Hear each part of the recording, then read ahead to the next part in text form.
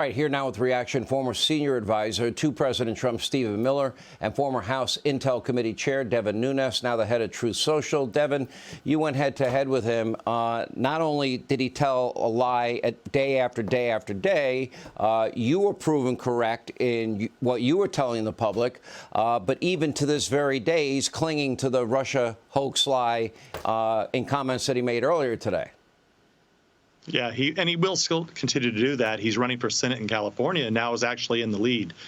I think everybody has to take a step back here and look at what really happened. You have a corrupt DOJ, corrupt FBI that worked with the Clinton campaign to launch this hoax that still continues today. They got away with it then, and they're getting away with it now. And I think it's getting worse and worse. And you see it, and it's sad because you would hope that those guys that got spared, you were playing them, some of the FBI guys that were involved in this hoax. You see them. You see what they're saying. You would think this would be a time to take a step back and notice, hey, Durham didn't call me. Durham didn't even subpoena me. I never had to answer any questions. But instead, they're doubling down. They show no remorse. And I think that's why you see many people in the United States Congress and many people all over America saying, look, the FBI is hopelessly corrupted. And I think that's where it's at now. And I think a lot of people rightly are calling for the FBI to be defunded and maybe, you know, a new premier law enforcement agency will come up in its wake, Stephen Miller, because unfortunately, I think it's been so politicized and weaponized, I'm not sure you can even fix it at this point.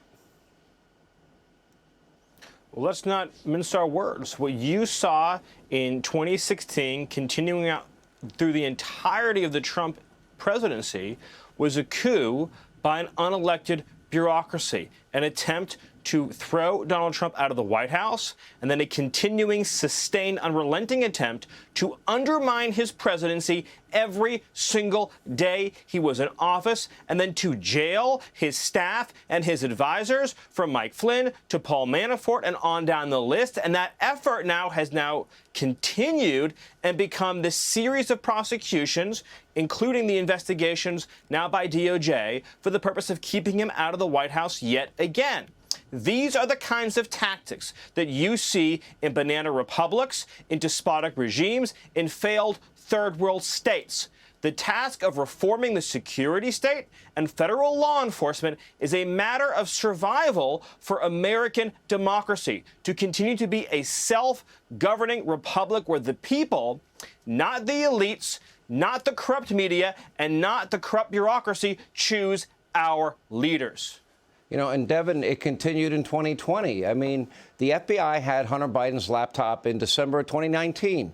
John Solomon says it was verified as authentic in the spring of 2020. Then why were FBI agents in the months leading up to the 2020 presidential election, why were they meeting weekly with big tech companies, warning them that they may be victims of a misinformation campaign, and it may be about Joe Biden and even Hunter Biden, at least according to the Missouri case, which I have cited often. So is that any different? Are they not putting cinder blocks on the scale of a presidential election? They knew that this document would come out. They knew that Hunter's laptop would come out because they knew Rudy Giuliani had a copy of it. Yeah, look, they hid that. It was a scheme. It was no different than the Russia hoax. Well, they created the Russia hoax because they thought the Russians or someone else were going to release Hillary Clinton's real emails, which, by the way, we never found. Nobody ever saw them. They were worried about that. That's why they created this scheme. 2020, they did the same thing.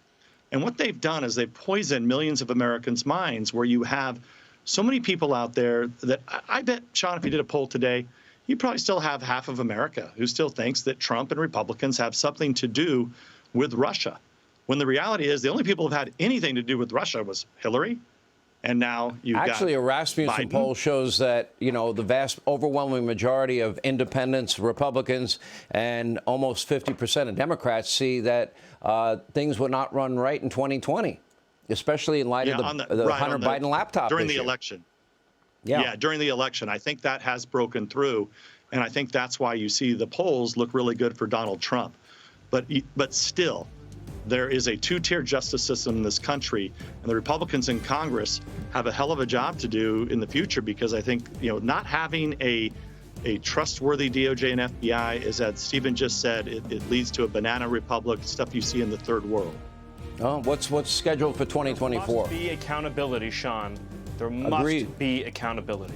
And that's the sad part. You know, all these years later, nobody's being held accountable. Anyway, Stephen, thank you. Devin, thank you. Coming up, damning new information on the Biden's close ties to China, including a possible link between a Biden think tank and the CCP. John Levine and Greg Jarrett have the very latest as we continue.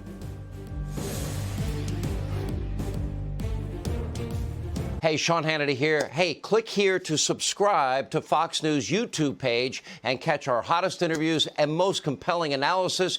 You will not get it anywhere else.